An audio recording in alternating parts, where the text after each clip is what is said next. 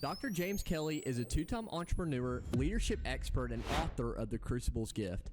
He's the CEO of Entwyne and a TEDx speaker with a background in consumer psychology. James leverages his global experiences to drive innovative solutions in digital storytelling and beyond. And why we think we will be better than Apple is only for one reason, in my opinion. Thank you for having me so much on your show. I appreciate it. Absolutely. And guys, like you probably learned from his introduction, he's very experienced with podcasts. We were mentioning before, maybe he should be interviewing me, but he's a lot more experienced. This side's always a little bit better. Yeah, well, true. Well, I'm really excited to kind of get into your company, and I think the audience really could learn a lot from you. So I'm really excited. Thank you. Absolutely. Let's do it.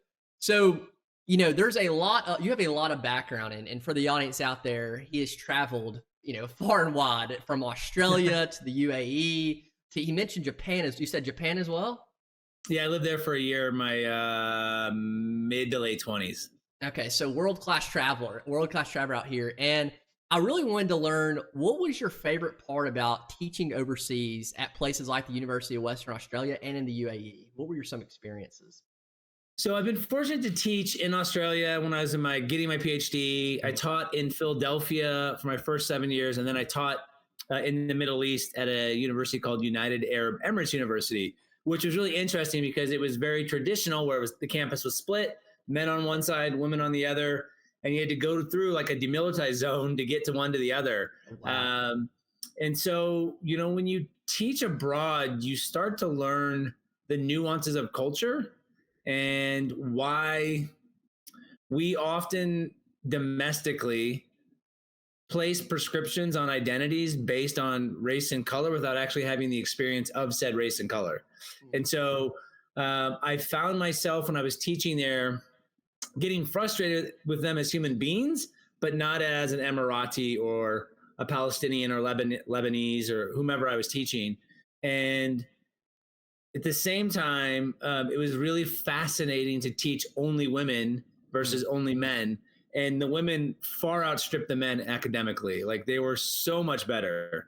And it was so impressive at this university because probably I think it was like there's 8,000 students and something like 6,000 or 7,000 were females and only 1,000 were males. Wow. And so they're educating their females at such a high level that people don't really appreciate that, nor do they know it. And that's the norm across most of the universities there, from an academic perspective and from a weighting perspective of percentage of female male. Kind of your background and experiences probably led you to write a book, and I would really like to ask you about your book. So what really inspired you to write it? And my biggest question, I think, to the audience out there, what is the commonality that you saw interviewing top level executives that our audience could learn from? Yeah, so I set a goal when I went off to go get my PhD in my early 30s that I would write a book by 45. And so I wrote it down.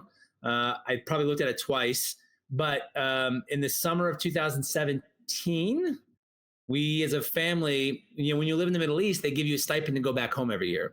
And so we took that stipend and we went to Portugal for the summer. And so in 6 weeks, I wrote 182 pages of this book off the back of all those interviews. And so I had a structure of how I did it. I was very disciplined. So first draft was done in 6 weeks. And it was in the book was based on a podcast that I had that went from 2015 to 2018. So maybe I wrote the book in the summer of 2018. I can't remember. Again, historically, not my you were ahead of the game too. That was when podcasting wasn't cool like it is, today. Yeah. That was like, and I even felt like I was late then too, by the way. So I wish I was a little bit earlier. And so, this podcast was the tagline was, I care about who you are, not what you do, because who you are will be defined by what you do. And so I interviewed executives from Google all the way through entrepreneurs and everything in between, Fortune 500 CHROs to the chief innovation officer of Google X and things like that. So it was a really diverse group of people I got to interview, and it was fantastic.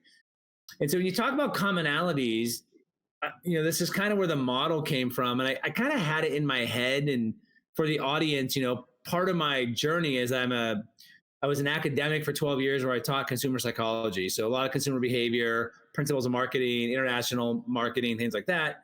So really about the human being and their journey from a consumer perspective.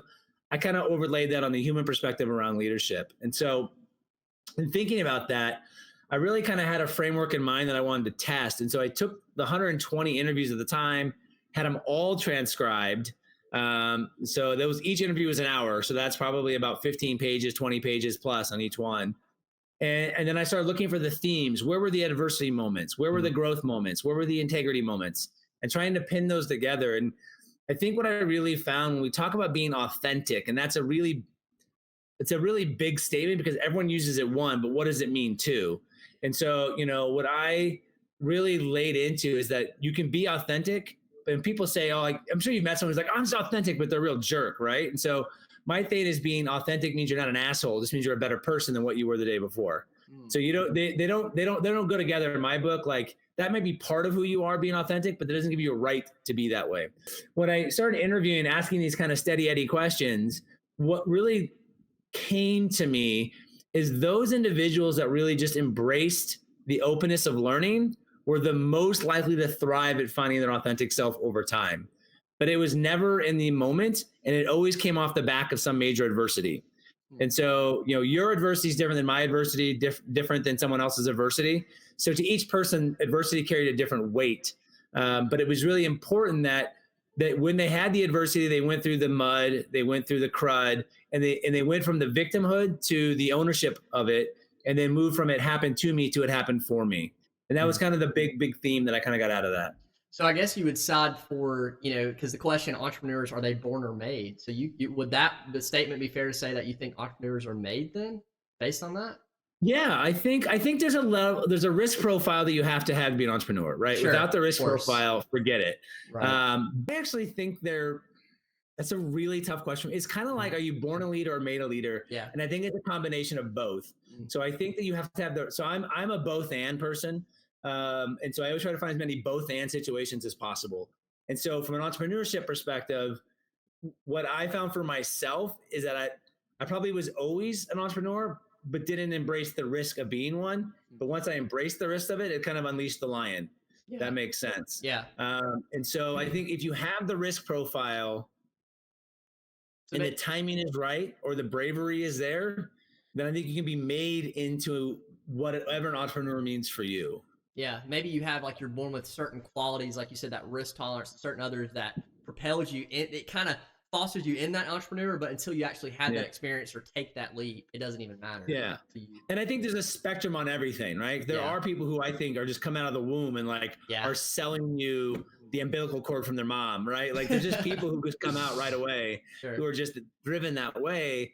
But they also will tell you they probably wouldn't work well in a Fortune 500 company. They wouldn't work well not being a leader of some sort of innovation or startup they're trying to do.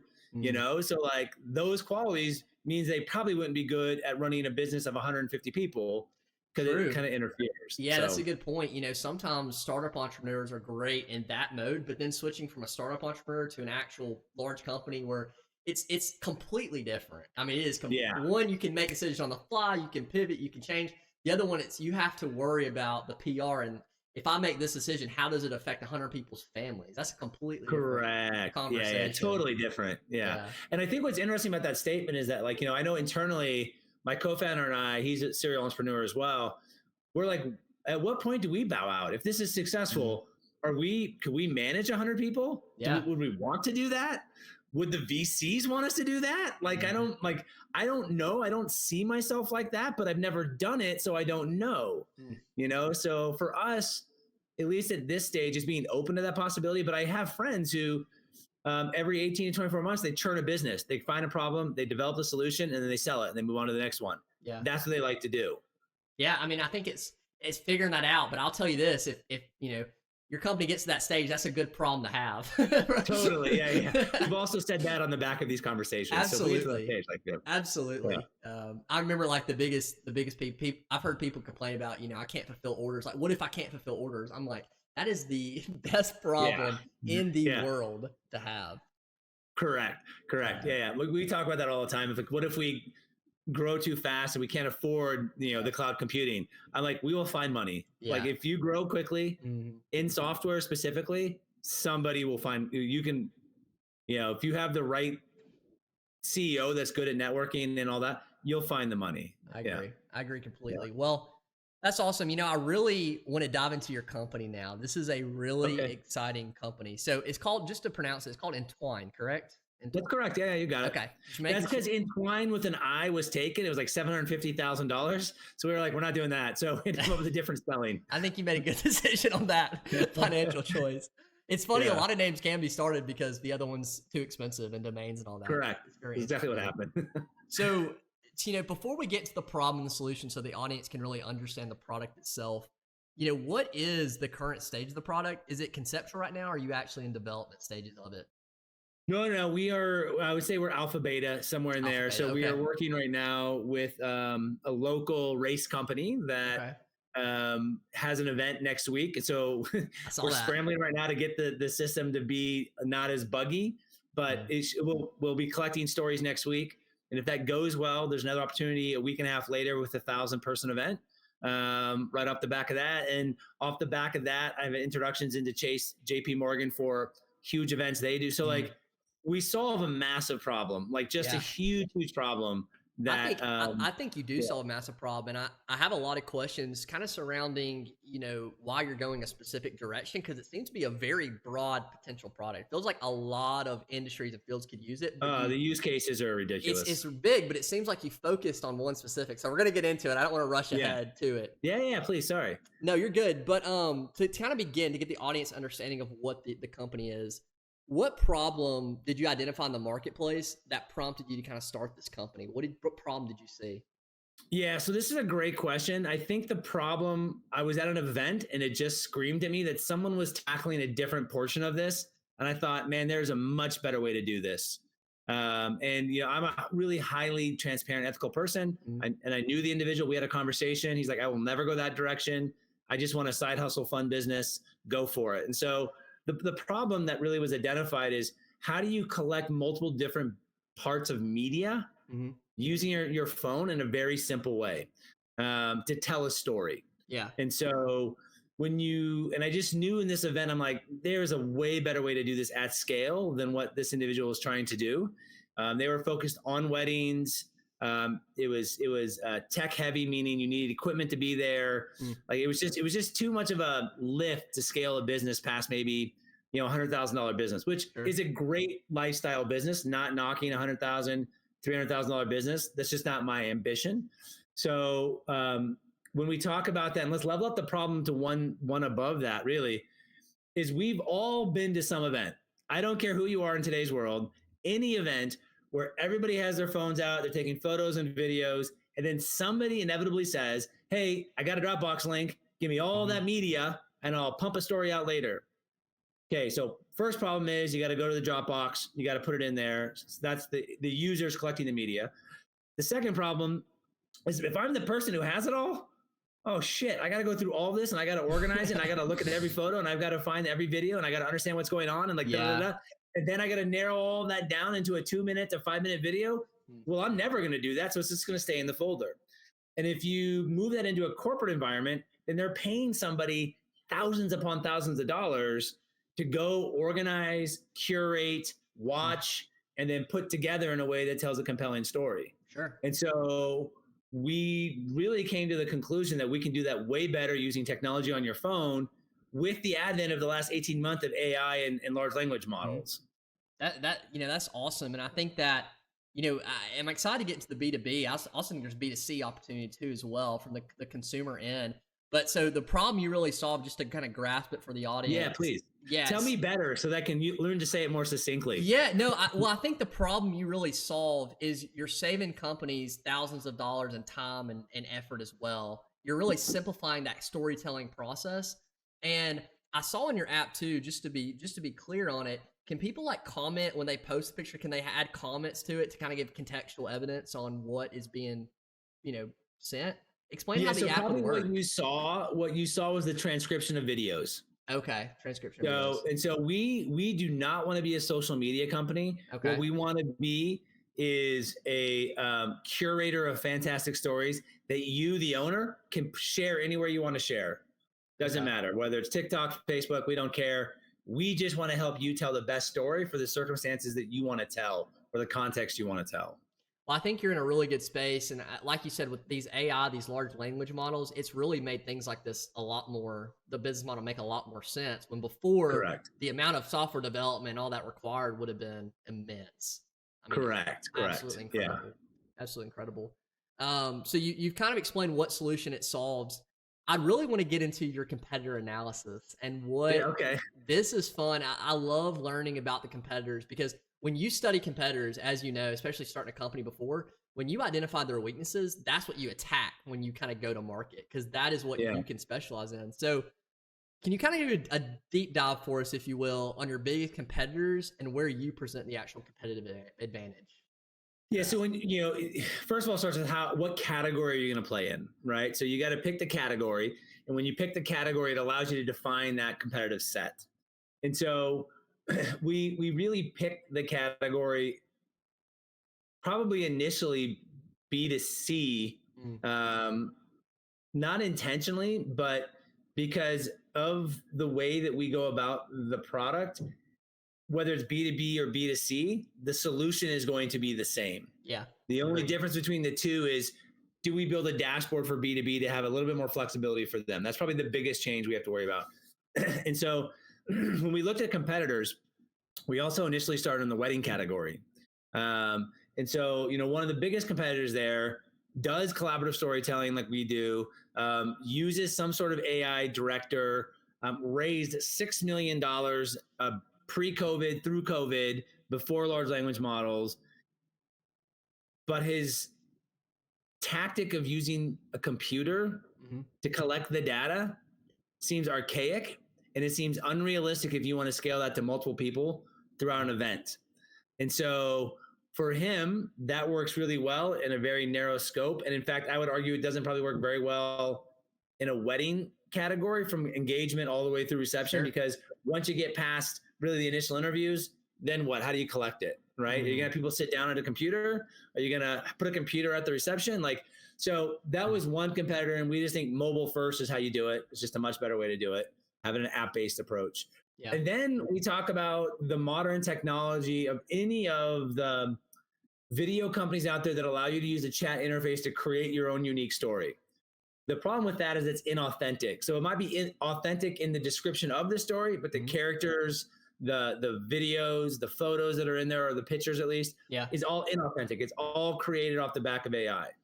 So people are craving authenticity. People are craving ways to figure out how to tell their stories more simply. But we think, and our big bet is, we have two big bets. Well, let me get you the third competitor. That's status quo.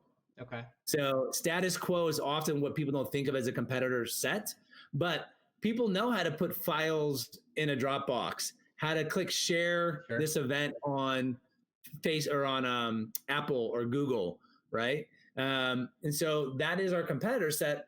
That's the one we are probably going to have the biggest issue disrupting challenge, because most people are just used to doing it. Yeah. Here's a Dropbox file, guys. Dump all your folders there. So that's kind of how we see the competition. And going back to the AI stuff, we see it as a creator tool, but we don't see it as an authentic way to create the structure for telling the story, to collect the right type of media, to tell the right type of story.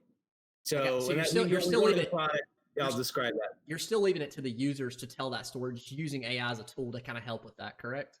Yeah, and so we can dive into the product a little bit more. And I can help explain that to you. Which I would love to. I think, like I said, it's a very, very unique business, and I think I would love for you explain it further for the audience to really get into it. So what I'll do is I'll talk about where we're at and then where we're going, and it will make a lot of sense. Be great. So where we're at today is that we use multiple specialized large language models.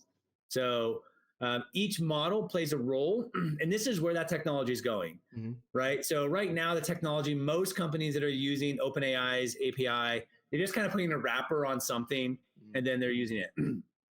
Where it's all going is the agent, right? And so having an agent is having multiple specialized language models. You can have one, we have multiple, And then we overlay that with a social graph. So think of Twitter, Facebook. And so what we're doing is we're saying, okay, when you come into our system, you tell us what event, what story are you trying to tell? So for an event company, and I'll use the example of what we have going on here next week, is that we are creating a story around what's called Cascade Lakes Relay. Well, it's a 2-day event, 250-mile run with 12 participants per team, 120 teams. Well, how would Cascade Lakes, the company, the event company, ever capture those individual stories? They never would. They never could. They couldn't have the money. They don't have the time. They don't have the resources. So with them, we are actually creating the story. Then what we do is we invite the certain individuals on each team to be the media. And so then they capture the stories based on the tasks that the AI director has told them to capture. Interview this question, capture these photos, take a video of this exchange, right? So we're giving them the ability to know ahead of time, what are the best scenes and photos and videos and interview questions you should be asking to tell the best 2 to 5 minute story you want to tell, or the best 60-second TikTok you want to put out there. Whatever it is, it doesn't matter. And so that's where the chat function, traditional LLM, comes into play, right? Is that it allows us to say, okay, here's your interaction you're getting used to. And by the way, we're betting in 5 years, it's going to be all voice-based, not text-based, right? And so by doing that, that specialized language model speaks to another one that says, okay, well, here's the scenes that tell that story. Then there's a third one that says, hey, scene guy, hey, story guy, here are the different videos and photos we need to capture and analyze and understand to make sure it fits into your whole entire story and scene. So is it kind of like just to simplify, is it like an AI director? Like it's basically getting all the participants to kind of join into one overall story, and it's going to, for the event company, but also for the people taking part, it creates like an interactive experience for everybody. Yeah. So I'm kind of giving you too much probably the nuts and bolts, but at the end, what happens is that if you're a team of 12 with the simple scanning of a QR code from the phone, they're all part of that story or that scene. And they all can grab any task they want to grab to complete that story. And once it's done, it automatically produces it with music, with cuts, with the interviews, with a title card, with a closing card. And then you can send it out or download it or whatever you want to do with it. But it does it automatically. And so the time saving is one, the thinking, the cognitive load. Yeah. I took all these photos and videos. I don't know what to do with them. The time saving monetarily for the event companies is I don't need to hire $30,000 worth of equipment to capture all these stories. I can do it for a hell of a lot less. And for the fourth part of it, I now have my marketing campaign for the next 6 months, and I can then send that back, those individual stories, back to those individuals so they can renew and come back again. Yeah, I mean, to go back to authentic too, the people that will actually take the lead on those, doing those tasks, will probably do their best to actually make sure it's the best shots possible too. Because a lot of times when you're forcing things, maybe you're the event company and you're forcing interviews or you're forcing scenes, it doesn't feel as natural. But like if you have someone that's not even a part of the company saying, I would love to do this because it's just they're passionate about it, they're going to try to make it as 100%. You know what I mean? I feel like and the value for them is that they all get their own story at the end. Yeah. So whatever they create, that team has that story. And so that's the value for them to capture those memories. So so that's how it works. Now that's where we're at today. And so where we're going though is, and this is where we're not ready quite for B2C, to be honest with you, is this thing called active memory, where you just open it up and you're at an event. So like, you have a calendar event, 25th birthday party, blah, blah, blah. Calendar event, we know that. So we'd prompt you to use Entwyne, and it's called active memory, where you're like, I don't know what story I want to tell, but I know there's multiple people here taking photos, where you can invite them and they all just take photos and videos. It comes in, and because we're creating an agent that understands stories, it will look at all of it, send them an analysis, context by there's interviews or there's listening to someone talk, whatever it is. It then puts it in a structure based on if you want a 60-second or a 1 minute video or a 2 minute video, and it produces it. So you don't have to think at all. It just knows it because you've given it all the content it needs to have. That's so brilliant. Cause I'm thinking right now, I was at a wedding a couple weeks ago, and what I thought was really interesting that the bride and groom, what they did was they went around to each table and took pictures. And what that was like, with pictures of each table, cause a lot of times you'll go to a wedding and they'll never get to interact with everybody, but they took the time to do that. But if that was almost built in into one collaborative experience, then everybody would get to experience that. Because I never got those photos. I don't know where they are. I don't know what Yeah. story. I mean, I know it tells it for them, but that's just really cool. And I was just thinking they could applaud that in the wedding. 100%. And so you think, let's take the wedding as a great example, right? So that was our initial go to market. And the reason why we didn't do that is to capture that story from the bride and groom getting engaged all the way to the reception, on average is about 15 months. So that's a really long time. Yeah. And so to train our models, we need something shorter. So that's and a lot of users quick too, right? Yeah, correct. Yeah. And so, but on the wedding one, imagine bride and groom, because the system knows we interview both. Then we say, hey, who else would you like to be part of this journey?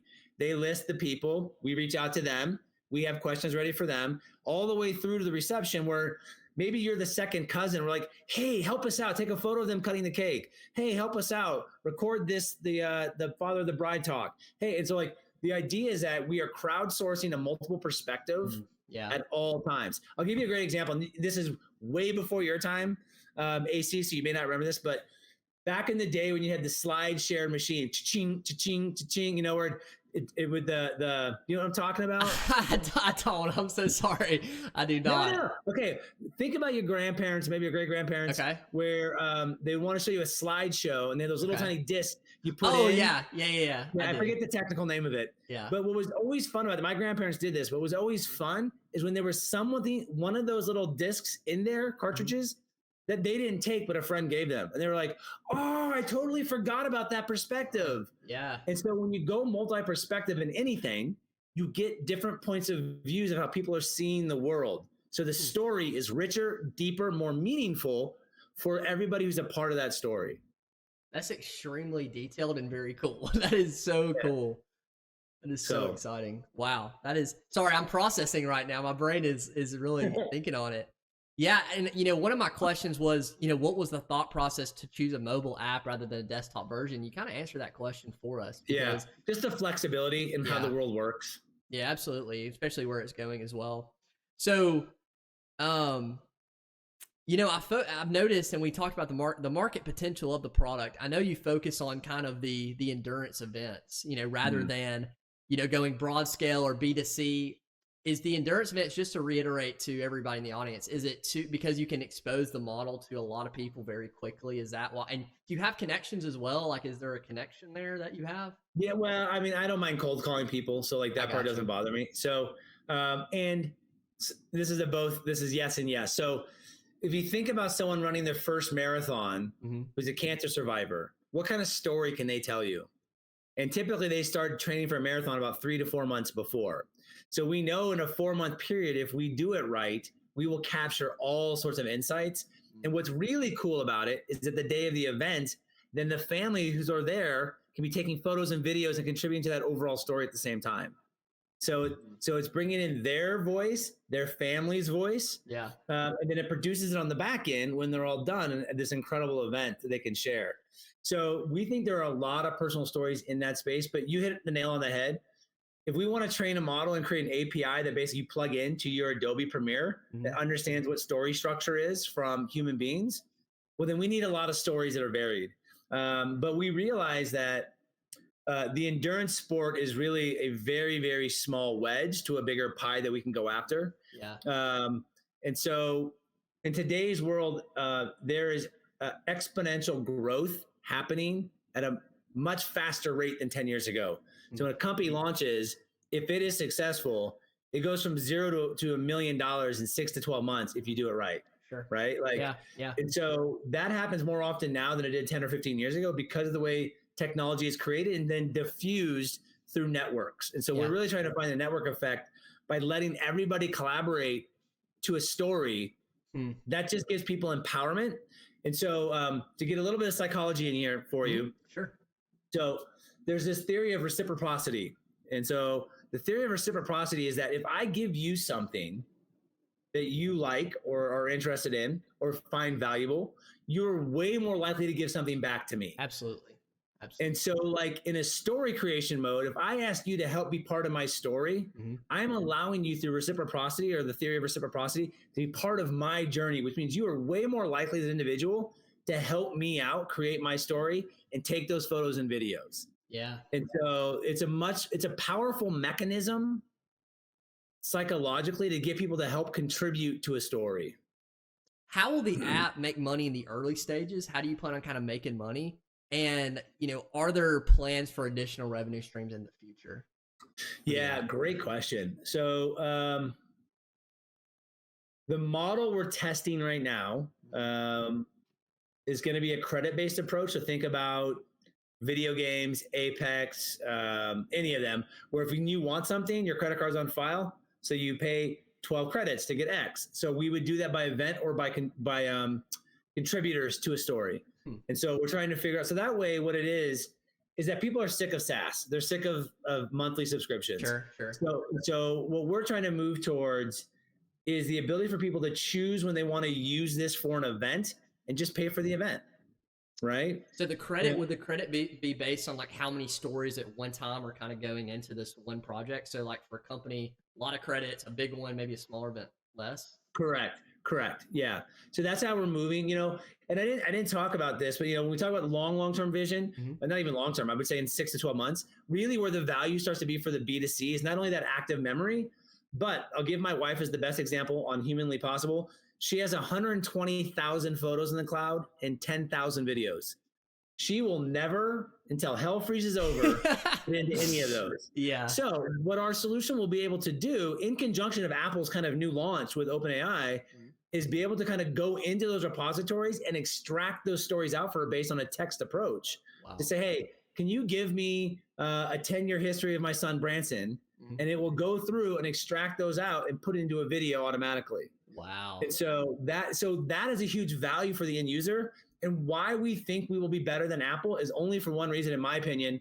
I think you see this with Windows, Microsoft, you see this with Google products, is they make all sorts of stuff that nobody ever uses because they don't ever brand it as the thing that it can do.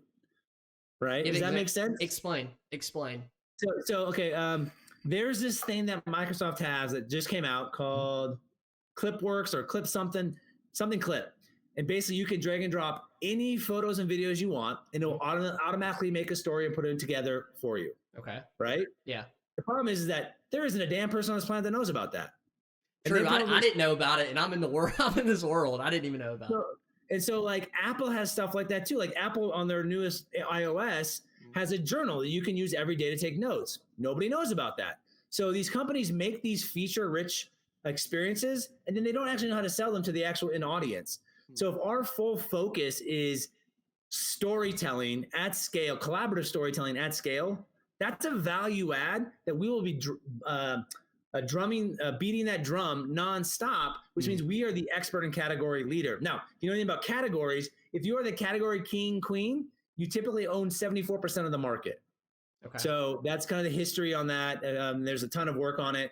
So we understand that creating a category around collaborative storytelling, and that may not be what we quite title it, but that would allow us to own that category across spectrum.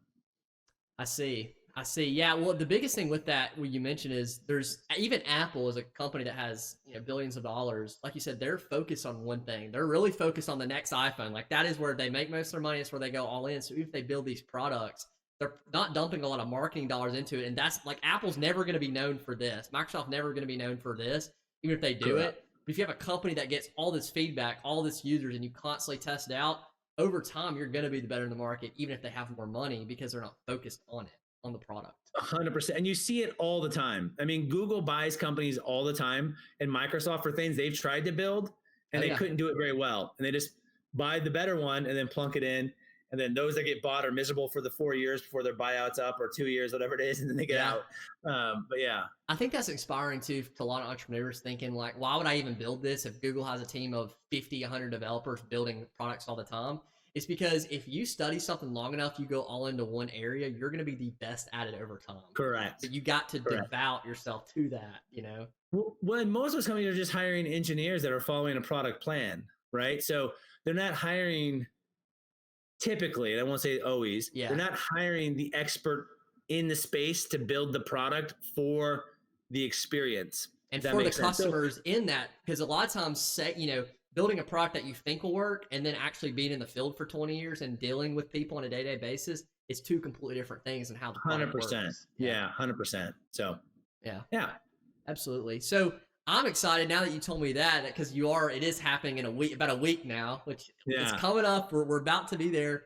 What has been early feedback from the app? So you mentioned that over the couple months, people have been using it, correct? To be clear? Yeah, on and off. Yeah. So we'll launch it. We'll give it out to people. We'll get feedback, and then we'll, and so again, this is alpha beta. And so this company we're partnering with, they're tremendous. Like they don't mind the risk as long as we label the risk to the users. So that's their big thing is like, you tell the users it's beta, there'll be problems. Great. Set the expectation. Absolutely. So we've been really been lucky to have that. The biggest feedback, and this is like any new app, it's too complicated. So we are so user focused that it's like, okay, what is the simplest way to go from creating your story to capturing the media?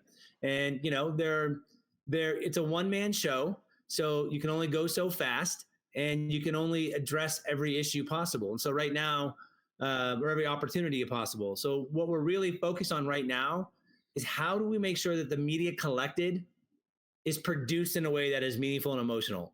If we can do that, people will deal with a little bit of the hang up front if the back of it is a great experience in terms of what you get emotionally on the back end. And so that is our biggest focus right now is it's awesome to tell the story. It's awesome to create the scenes. It's awesome to do the task. It's just not seamless. And if you don't know the app, because we haven't built in, by the way, most of these apps have a tutorial, like you go in, the highlights, go here. Sure. We haven't done that yet. That's not been our focus. It's just been building the core loop. Yeah. And, Evan has had to create new technologies to do what we're doing, like new methodologies, new technologies. So when you're doing that, there's a lot of unknown, and that unknown becomes known. And when it becomes known, there's more unknowns after the known. And so, of course, yeah. Are people relaying? My question are people relaying it through, like, are you doing surveys through the app? Like, are you just asking people that are runners? It's just interviews. Is how we're doing it right now. At a certain scale, we'll start doing that as well. But of course, we've been very, very deliberate and slow with this phase. I know there's a belief of go really fast, get it out. And what we're trying to do is get drips of feedback, fix, more drips of feedback, fix. We had an entrepreneur come on last time. She said, build products not to scale, especially early. Like, build it not to scale. Build it where you're collecting it. You're manually, because they were doing a manual content process, manually reviewing. But for you guys, like, doing interviews right now is super important because that's how you can manually contribute to the product daily. You'll get to that point once you start to scale. But that's what you can do right now to make it better. Well, and I think our experiences allow us to be a little bit more. So, I mean, Evan and I have different philosophies on these, right? So philosophical differences. And, he's built 3 companies. I've built 2. He's built a number of apps in one of his companies. He's built, nearly 7-figure e-commerce business, e-marketing business, digital marketing business. Like, he's won an award for directing a video, a short down in LA. Like, so he has this depth of experience of like, and I know I probably jumped ahead, so you can. No, go ahead. I'm loving this. And so I wanted to go fast and simplify the process. And he's like, for him, and he's the one building, so I have to respect that. Sure. He's like, these things will need to be there at some point. So I'd rather just build them now, so I'm not having to go back and re-architect the whole thing. So we've made a decision that we believe this problem is so obvious that we can take a little bit slower to get the base underpinning of the technology and the structure of the data and structure of the technology in a place where we feel good that it's stable, and then we can tweak the user experience again and again and again to make it so easy. And so what I love is that we're both so user-centric that neither of us are happy. So like, we'll see, so that sucks, do it that way. And what I love about Evan is he's not wedded to the product, meaning he expects it to suck right now, and he's okay with that. And that's really important. So I came from a startup where I didn't run the product, and the person that ran the product didn't believe it sucked, even though the data said like it was an awful long-term experience. Yeah. We had a huge fights, and I left. I was like, you're not seeing the product doesn't work. You're in charge and you don't want to fix it. So you're in love with the product, and I'm not. So I was, philosophically, that's really important at this stage. Don't love your product. Love the people, love the user, let the product meet them. Yeah, because I mean, it's going to get better over time. And I think a lot of entrepreneurs get so obsessed with like product development, they get so consumed by it, perfection, perfection, perfection. And that's a good quality to have too. But you also like what you're doing. Y'all know it's not the best, but you're still getting it out there. You're still like you're running this Yeah. event on an alpha beta product that you're not even satisfied with, but you know you have to do it to get it out Oh there. no, Evan hates me for this because I just keep pushing it. So this is like one of those, like we joke about it where he's like, I'm glad that you have the really like the cojones to be like, we'll figure it out, we'll manage the expectations. And he's like, because for him, it's kind of a little bit of his work. So he's like, and I said, we just got to get some wins. Yeah. We got to show that people want to use it. We got to show that like people might pay for it. Absolutely. Like there's things that we have to do if we want to raise money this year. Like we just can't wait for it to be good enough. It's got to be just good. You are the epitome of like, I love to compare. This is exactly what you are. You're the Steve Jobs and the Steve Wozniak. Both were incredible at what they did, but you need both guys. You need the product guy, one who builds it, very technical, very smart. Then you need the Steve Jobs, sell the vision, sell the vision, you know? Yeah, Gotta that's for sure how we operate. Yeah, absolutely. I think it's a great partnership. So how do you plan on continue partnering? Let's say this event goes super successful and you said you have a couple more lined up. How do you continue like partnering with these event companies? Do you think by using just the success of the first version that you can then promote it to other event companies? Or well, I think what we've got to figure out with the event companies is the value they get out of it.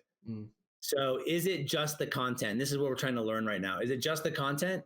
And then most event companies don't have a lot of money. Yeah. So then and this is like the gray area. The one gray area we have about going down events and endurance events specifically is would they want to do a credit based, or do they want to sell through to their participants and give them the opportunity to spend $10 to make a personalized video? Sure. You know? Yeah. And so great. If we can sell through, that's an added value for the event company because they're bringing value to the end user. Super important. Right. You know, and then we have to think, how do we incentivize the event company? Do we give them a kickback?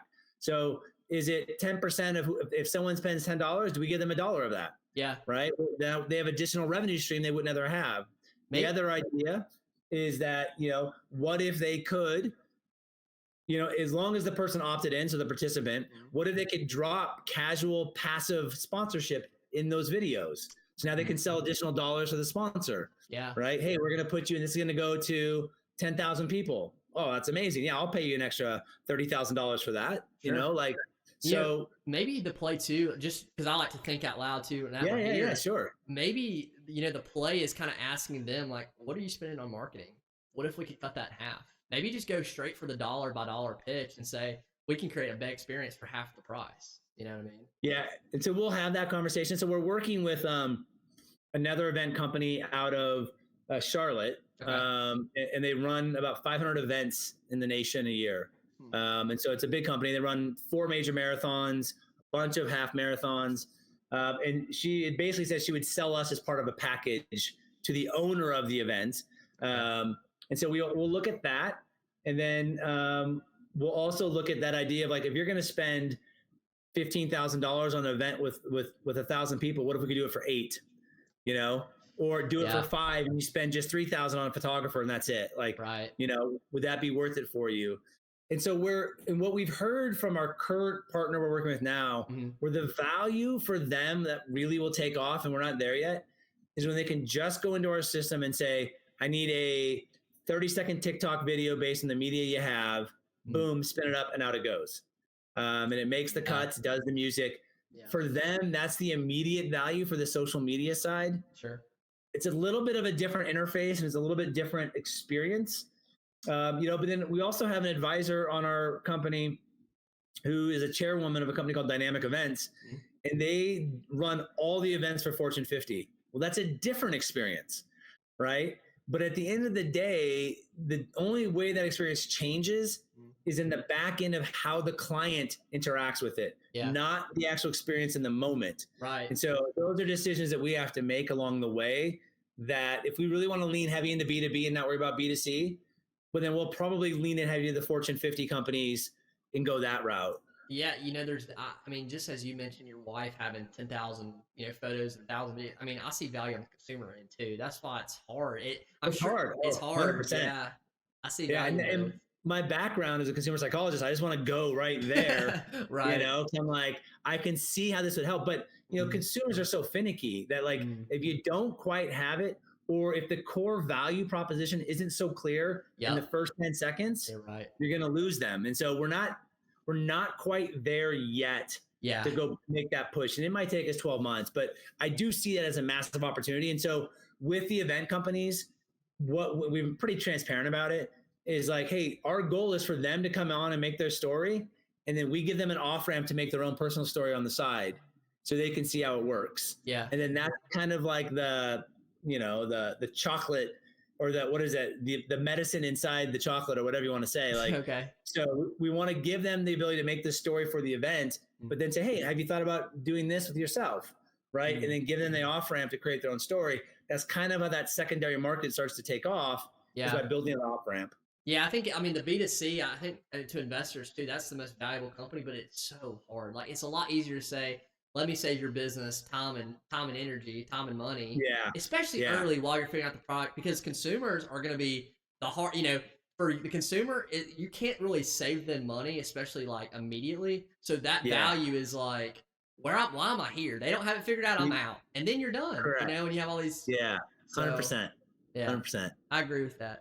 So, in terms of the actual investment, what are your investment allocations, and like, what are your makeups for the company? Where do you see dumping marketing into product? Like, where are you going to use that money if you were given it? Well, I think our first and foremost is how capital efficient can we be, Yeah, right? So for capital sure. efficiency is really important for us. Second thing is that Evan, being the unicorn genius that he is, he's already built a company that is nearly seven figures, that he works on 3 hours a month. That's all run by AI. And so we basically have already decided we're an AI first company. So we're going to build all the processes through AI to be as efficient as possible, to be as lean as possible, but to be uh, drive as much productivity as possible at the same time. Right. So technology, if you do it right now, will do most of the lifting for you. If you just know how to set it up, put the parameters on it, and then embrace it. It's the trusting of it, which is really hard. So what we would be doing on that is we'd be buying, we would be, buying is the wrong term. We would be hiring, not buying, we don't own anybody. We'd be hiring a series of engineers, full stack engineers.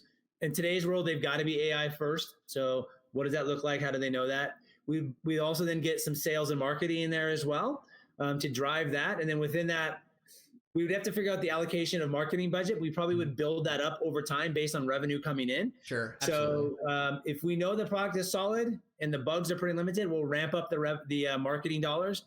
And then on the back end of that, then just operations, just making sure, Evan and I at some point would like to get a salary. We don't need to make a lot, because we want to go back into the business. But I've got a family of 4. Yeah. And Evan has a family of 3. And I'm sure it's a lot of time, a lot of time building this.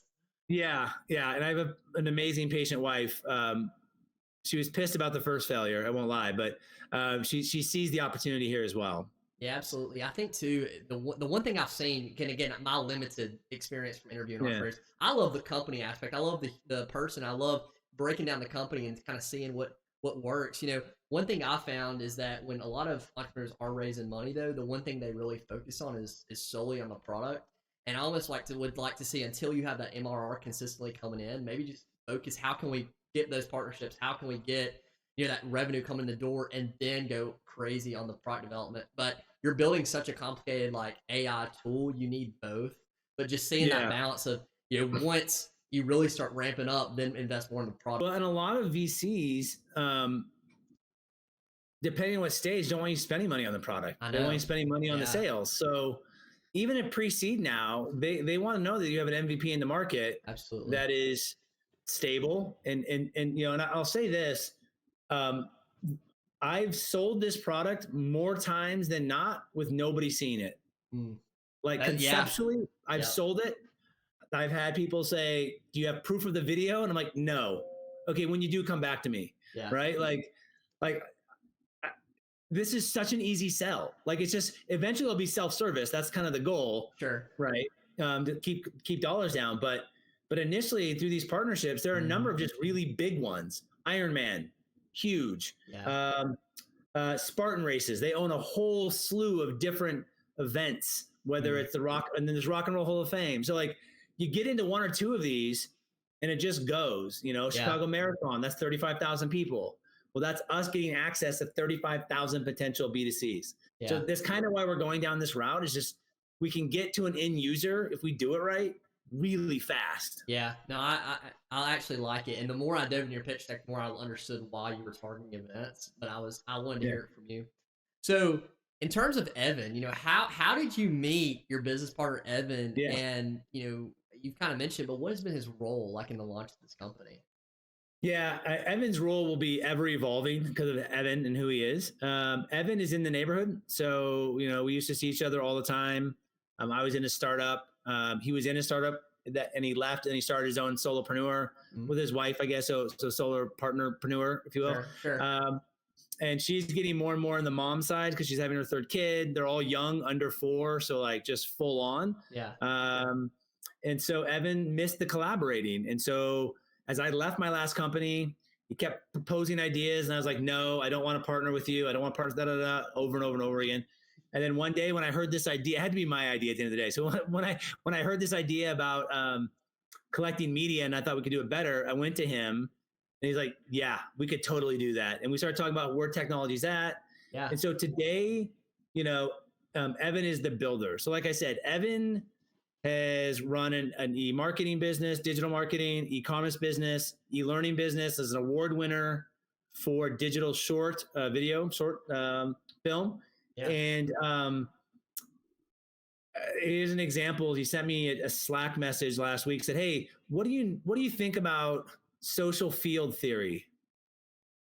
I'm like, I don't. Yeah. Like, right? Like, so I had to go like research it and be like, oh, it's like this theory over here in social psychology. Okay, I got it. And like, yeah. So he thinks so deeply. And so I think we'll get to a point where Evan will move off the day-to-day product and move over to operations and then move over to innovation place. Like he needs to be creating and innovating, but he also has a very strong vision because he's done it. How do you build a business structure that is highly automated that will do most of the work if you allow it to do it right? And so his tentacles will be everywhere across this business. Sure. And it will evolve as he goes. That's really exciting because I saw he was on the page with you. You got partners right there, and I was just really curious on y'all's relationship and how that. Yeah, that kind of he's a started. great guy, super high ethics, which is helpful, and very transparent and very communicative, which both are really important in a startup. I think too, partnerships like a marriage. I mean, you have to be on the same page. You have to trust them. You know what I mean? You have to trust each other. Huge. Yeah, 100%. And it's already like any. There's learning curves, right? Like I've never worked with him, so like things come up and you're like, why are you worried about that? And he's like, well, this. I'm like, okay, I've got to value that. Okay. Like, so it's, but compared to my first startup, this is a much healthier relationship, all in all. So I'm really happy. Well, I'm excited for you. This is awesome. I actually have no more questions for you. I would love for you to say anything else you want to tell the audience that you maybe haven't said or I hadn't asked you. I mean, at the end of the day, just, if you're interested, go to the website, sign up to be on the beta group.